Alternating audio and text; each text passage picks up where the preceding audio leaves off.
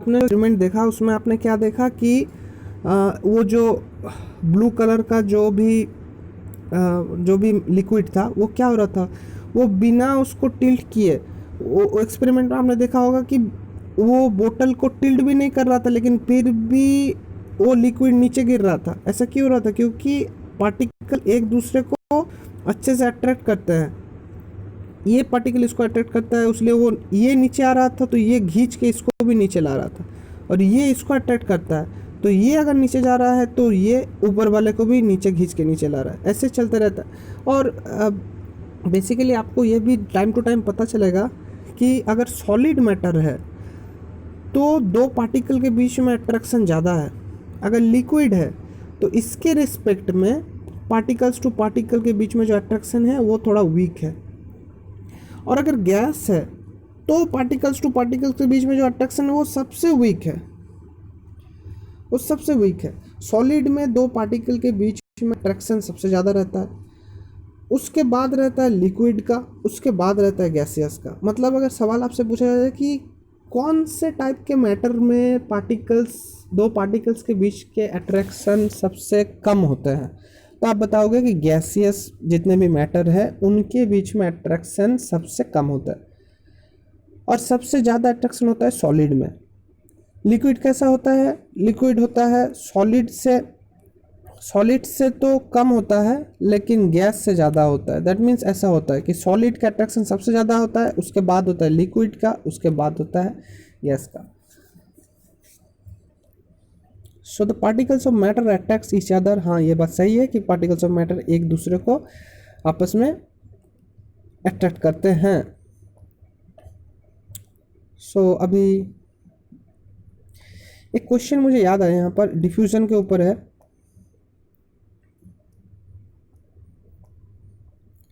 ठीक है, वो टाइम टू टाइम पता चलेगा। अभी पढ़ते हैं स्टेट ऑफ मैटर।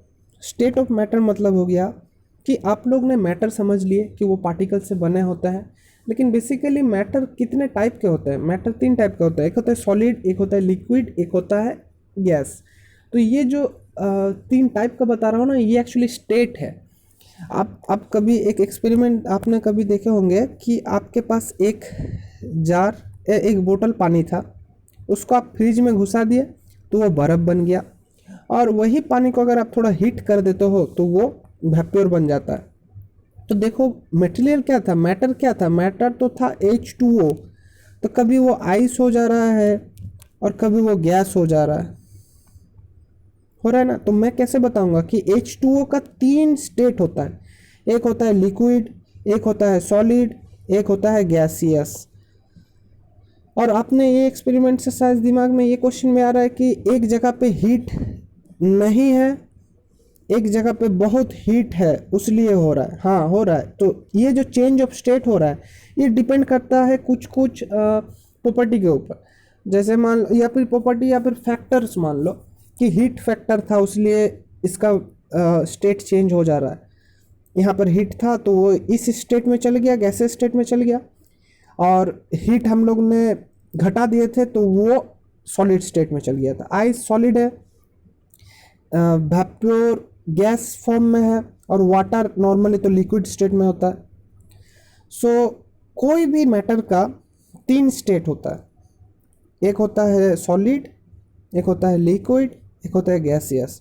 आप लोग ऐसे भी सोच सकते हो कि मैंने एक लोहे का रड ले लिया, उसको बहुत ही हीट दे दिया, हीट देने से वो क्या हो गया, वो लिक्विड हो गया, और फिर और हीट देने के बाद वो क्या हुआ, वो उबलना शुरू कर दिया। वो जो लोहा है, आयरन है, वो उबलना शुरू कर दिया, और फिर वो उबलते उबलते एक टाइम गैस हो गया। आप सोच रहे हो कि एक आयरन जब उबलता है तो कितना हीट देना पड़ता है।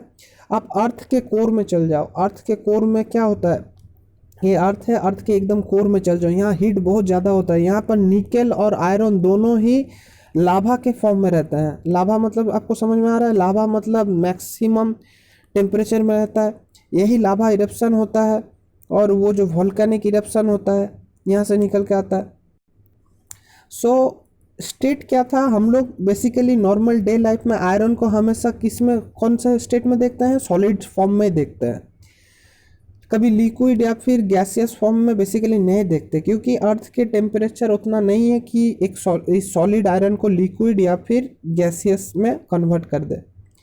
सो कोई भी मैटर हो, चाहे वो वाटर हो, आयरन हो, कोई भी मैटर हो, मैटर का 3 टाइप का स्टेट ही पॉसिबल है। एक है सॉलिड स्टेट, एक है गैसियस लिक्विड स्टेट, और तीसरा है गैसियस स्टेट। तो देखो सॉलिड स्टेट के बारे में हम लोग पढ़ते हैं कि कोई भी मैटर का सॉलिड स्टेट बेसिकली क्या होता है। देखो यहाँ पर येलो में लिखा है, देखो डेफिनाइट शेप। हाँ, कोई भी सॉलिड अगर होगा तो उसका एक शेप जरूर होगा। ऑब्वियसली आप सोच रहे हो कि डेफिनाइट शेप मतलब कि एकदम परफेक्ट शेप, नहीं, परफेक्ट शेप नहीं, कोयला कभी कभी ऐसे होता है, लेकिन ये शेप तो है इसका, आप इसको बोल सकते हो एक अनइवन शेप है, लेकिन शेप है। ये भी एक शेप है, ये भी सर्कुलर शेप भी होता है, सैंड जैसे गोल होता है। आप मान लो लोहे का ब्लॉक ले लो, ऐसा होता है, कोयला कुछ ऐसा होता है। एक डिफिनाइट शेप होता है, आप बोल सकते कि हाँ शेप का एक टाइप है। आप इसको एक सर्कुलर फॉर्म में भी बता सकते हो कि वो सर्कुलर टाइप का एक शेप है। दूसरा क्या बता रहा है, डिस्टिंक्ट बाउंड्री। यस, हमेशा कुछ फिक्स्ड बाउंड्री रहता है। अब ये डिस्टिंक्ट बाउंड्री समझने के लिए आपको थोड़ा लिक्विड में जाना पड़ेगा, तो ही समझ में आएगा कि distinct boundary and non distinct boundary क्या होता है। आप एक वाटर को एक बोतल में डालो तो बोतल का शेप का जैसा हो जाएगा। आप इसको छोटा सा पाइप में डालो तो पाइप का शेप में हो जाएगा, होगा। तो शेप चेंज होते जा रहा है, देखो किसके लिए, लिक्विड के लिए, लेकिन सॉलिड के लिए ऐसा नहीं होता। आप एक बड़ा सा बीकर में अगर एक छोटा सा लोहा को ब्लॉक को रखो तो भी वो उसी शेप का रहेगा, पाइप में रखोगे तो भी वो उसी शेप का रहेगा, वो चेंज नहीं होगा। दैट मीन्स इसका बाउंड्री इस केस में जितना सीमित था, यहाँ से लेके इतना दूर में था, यहाँ पर भी उतना ही है, वो चेंज नहीं हो रहा, वो फिक्स्ड है। दैट मीन्स उसका जो बाउंड्री है वो डिफिनाइट है। लेकिन वाटर का बाउंड्री देखो कैसे चेंज हो गया। जब वो बीकर में था तो उसका बाउंड्री इतना दूर था, जब वो पाइप में आ गया तो देखो उसका बाउंड्री इतना दूर आ गया। अब वाटर को मिट्टी में फेंक दोगे, 1 ड्रॉप ऑफ वाटर डाल दो तो मिट्टी में देखो वो इतना जगह ले लेगा, ठीक है। आप थोड़ा और एक पानी डाल दो, 1 ड्रॉप पानी डाल दो तो उसका बाउंड्री और बढ़ जाएगा। सो लिक्विड का बाउंड्री नहीं रहता, लिक्विड बहुत मतलब उसका बाउंड्री फिक्स नहीं है, लेकिन सॉलिड का बाउंड्री फिक्स्ड है। आप सॉलिड एक मिट्टी के ऊपर सॉलिड रखो तो वो उतना ही जगह लेगा। अभी आप सोच रहे हो कि उसका बगल में और एक थोड़ा डाल दूँ तो हाँ ऑब्वियसली, लेकिन वो उसका बाउंड्री तो बढ़ रहा है। लेकिन आप ऐसे मत सोचो कि आप सोचो कि एक छोटा सा ब्लॉक ले लिए और वही ब्लॉक जितना वॉल्यूम ऑक्यूपाई किया है उतना वॉल्यूम का आप वाटर ले लो, आप मिट्टी में डालो तो मिट्टी में वो ऐसे स्प्रेड हो जाएगा। आप उसको बोतल में डालो तो बोतल का शेप का आ जाएगा। तो बाउंड हो जा रहा है, सेम अमाउंट ऑफ वॉल्यूम है, लेकिन फिर भी जब आप लिक्विड के केस में एक्सपेरिमेंट कर रहे थे तो मिट्टी में डालने के लिए उसका बाउंड्री जितना था, बोतल में डालने के लिए उसका बाउंड्री में चेंजेस आ गया। बाउंड्री देखो फिक्स्ड हो गया, इतना बाउंड्री हो गया, उससे ज़्यादा नहीं हो रहा है। तो ऐसा क्यों हो रहा है, सॉलिड के लिए एक डिस्टिंक्ट बाउंड्री होता है, लेकिन लिक्विड के लिए कोई डिस्टिंक्ट बाउंड्री नहीं होता। बाउंड्री डिफरेंट हो ही सकता है। एंड देखो सॉलिड के लिए क्या है, फिक्स्ड वॉल्यूम है, लेकिन लिक्विड के लिए कोई फिक्स्ड वॉल्यूम नहीं होता। ओके, इसमें सबसे इम्पोर्टेंट एक बात है, देखो यहाँ पर कि नेग्लिजिबल कंप्रेसिबिलिटी। इस बात को थोड़ा समझो कि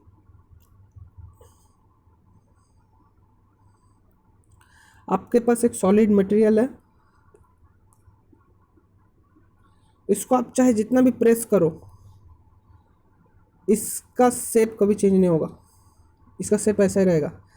कब तक, जब तक आप अपना ऊपर से ये जो फोर्स डाल रहे हो वो एक्सेस अमाउंट ना कर दो, ठीक है। बहुत एक्सेस करोगे तो जाके इसका शेप चेंज हो जाएगा। लेकिन लिक्विड के लिए क्या होता है, उतना एक्सेस जाना नहीं पड़ता, उस फोर्स को उतना एक्सेस देना नहीं पड़ता। थोड़ा ही आप प्रेशर डालोगे तो उसका जो शेप है या फिर मान लो जो जितना वॉल्यूम ऑक्यूपाई किया था वो चेंज हो जाएगा। फॉर एग्जांपल आपने शायद वो एक्सपेरिमेंट देखे होंगे कि पिचकारी में क्या होता है कि आप थोड़ा प्रेस करते हो तो वाटर बहुत प्रेशर से निकलता है। सो कंप्रेसिबिलिटी वही बात हो गया कि the liquid has the tendency to compress, but solid उतना जल्दी कंप्रेस नहीं होता। लिक्विड बहुत जल्दी कंप्रेस हो जाता है, लेकिन सॉलिड उतना इजीली कंप्रेस नहीं होता, बहुत ज़्यादा फोर्स एक्सर्ट करना पड़ता है। सो ये जो बात आपको बताया जा रहा है कि कंप्रेसिबिलिटी सॉलिड के लिए, सॉलिड उतना जल्दी कंप्रेस नहीं होता, सॉलिड कंप्रेसिबिलिटी नहीं शो करता, लेकिन लिक्विड कंप्रेसिबिलिटी शो करता है।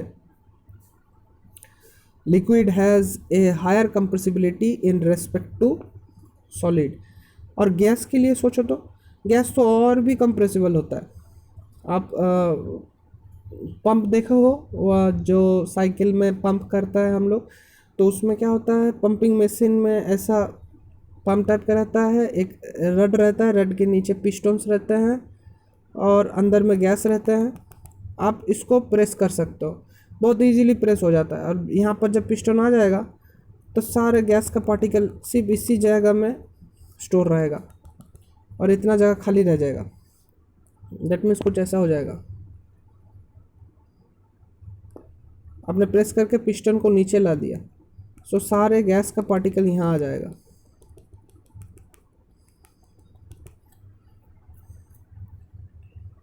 ओके, दैट मीन्स सॉलिड में कंप्रेसिबिलिटी नहीं होता, लिक्विड में कंप्रेसिबिलिटी होता है, सॉलिड के रेस्पेक्ट में ज़्यादा होता है कंप्रेसिबिलिटी, और गैस में लिक्विड से भी ज़्यादा कंप्रेसिबिलिटी गैस में होता है। देखो क्या बता रहे, solid have a tendency to maintain their shape when subject to outside force. Yes, आप हथौड़ी से अगर एक लोहे को मारोगे तो वो क्विकली अपना शेप चेंज नहीं करेगा, वो अपना शेप को मेंटेन रखने का कोशिश करेगा कि नहीं मैं जिस शेप का हूँ उसी शेप का ही रहने का कोशिश करूँगा, वो इजीली चेंज नहीं होता। सॉलिड में ब्रेक अंडर फोर्स, ज़्यादा फोर्स बढ़ाओगे तो ऑब्वियसली वो टूट जाएगा, बट इट इज़ डिफिकल्ट, हाँ वो बहुत डिफिकल्ट है उसको तोड़ना, to change their shape. So they are called rigid. देखो इसी को हम लोग बोलते हैं rigid. So they are rigid. So solids are basically rigid matter and liquids are not rigid matter. तो लिक्विड को हम लोग क्या बोलेंगे, लिक्विड को हम लोग बेसिकली बोलते हैं फ्लूइड, जो फ्लो कर सकता है, जिसका कंप्रेसिबिलिटी है। सो देखो यहाँ पर वही बात बताया कि लिक्विड स्टेट में क्या बता रहे, we observe that liquids have no fixed shape. Obviously आप जिस भी आप बोतल में डालो बोतल का शेप का हो जाएगा, बीकर में डालो बीकर का शेप का हो जाएगा, पाइप में डालो पाइप का शेप का हो जाएगा। They take up the shape of the container, जिस कंटेनर में डालोगे उसी कंटेनर का शेप में आ जाएगा, in which they are kept. Liquids flow and changes shape. Yes, liquid flow करता है, सॉलिड फ्लो नहीं करता, लिक्विड फ्लो करता है एंड चेंज देयर शेप, वो चेंज भी हो जाता है। So they are not rigid but can be called as fluid. देखो यहाँ पर बताया, ये बात को बहुत इंपॉर्टेंट है कि लिक्विड को हम लोग बेसिकली फ्लूइड बोलते हैं एंड सॉलिड को बेसिकली हम लोग रिजिड बोलते हैं, रिजिड एंड फ्लूइड। अभी देखो डिफ्यूजन के ऊपर एक क्वेश्चन जो था वहाँ पर ये है, देखो यहाँ पर ये क्वेश्चन क्या आ रहा है, यहाँ पर देखो ये क्या है, हाउ फिश ब्रीथ्स। फिशेस कैसे ब्रीथ करते हैं, ये बात बहुत इंपॉर्टेंट है। आप सोचो कि फिश भी तो एक एनिमल है, इसको भी जीने के लिए ऑक्सीजन चाहिए, लेकिन ये तो रहता है पानी के अंदर। तो पानी के अंदर में ऑक्सीजन कहाँ रहता है, हाँ रहता है, वो डिफ्यूजन प्रोसेस में रहता है। हम लोग ने पढ़े थे कि सॉलिड डिफ्यूजन DIFUSION। तो देखो हम लोग ने पढ़े थे कि वो जो बीकर में हम लोग सॉल्ट डाल रहे थे तो सॉल्ट का पार्टिकल जाके वाटर पार्टिकल्स के बीच में घुस जा रहा था। तो वहाँ पर हम लोग ने जो डिफ्यूजन देखे थे वो क्या देखे थे, सॉलिड और लिक्विड के बीच में डिफ्यूजन देखे थे। लेकिन आप गैस और लिक्विड के बीच में डिफ्यूजन देखो कि ऑक्सीजन तो एक गैस है, वो जाके लिक्विड के अंदर, दैट मीन्स वाटर के अंदर, वो जो वाटर पार्टिकल्स था उन दोनों के बीच में जाके ऑक्सीजन पार्टिकल्स भी घुस जाता है। तो क्या होता है, जो समुंदर रहता है या फिर नदी तालाब जो भी रहता है, वाटर पार्टिकल है, वाटर पार्टिकल के बीच में ऑक्सीजन का पार्टिकल भी छोटा छोटा घुस जाता है। तो अगर अभी यहाँ पर कोई मछली है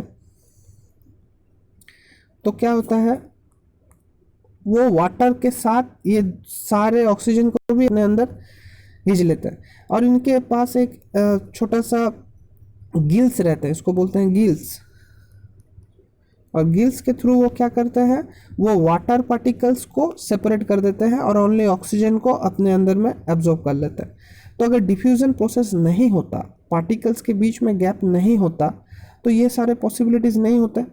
सो देखो यहाँ पर वही लिखा हुआ है कि द एक्वाटिक एनिमल्स मतलब जो भी एनिमल्स पानी में रहता है, एक्वा मतलब पानी, aquatic animals can breathe under water due to the presence of dissolved oxygen। तो वो जो ऑक्सीजन डिफ्यूजन प्रोसेस में घुल गया था उसको क्या बोल रहे हैं, डिजॉल्व्ड ऑक्सीजन, डिजॉल्व हो गया था, dissolve oxygen in water. Thus we may conclude that solid, तो इससे हम लोग क्या कह सकते हैं कि सॉलिड, लिक्विड और गैस जो भी है वो डिफ्यूज होते हैं। सॉलिड भी लिक्विड के अंदर डिफ्यूज होते हैं, लिक्विड भी लिक्विड के अंदर डिफ्यूज होते हैं, लिक्विड के अंदर में डिफ्यूज होते हैं। इसका एग्जांपल आप लोग बता सकोगे, आप लोग वो जो रसना पानी बनाते हो ना, तो रसना का लिक्विड आप रसना वाटर में डाल देते हो, तो एक लिक्विड दूसरे लिक्विड में डिफ्यूज हो जा रहा है।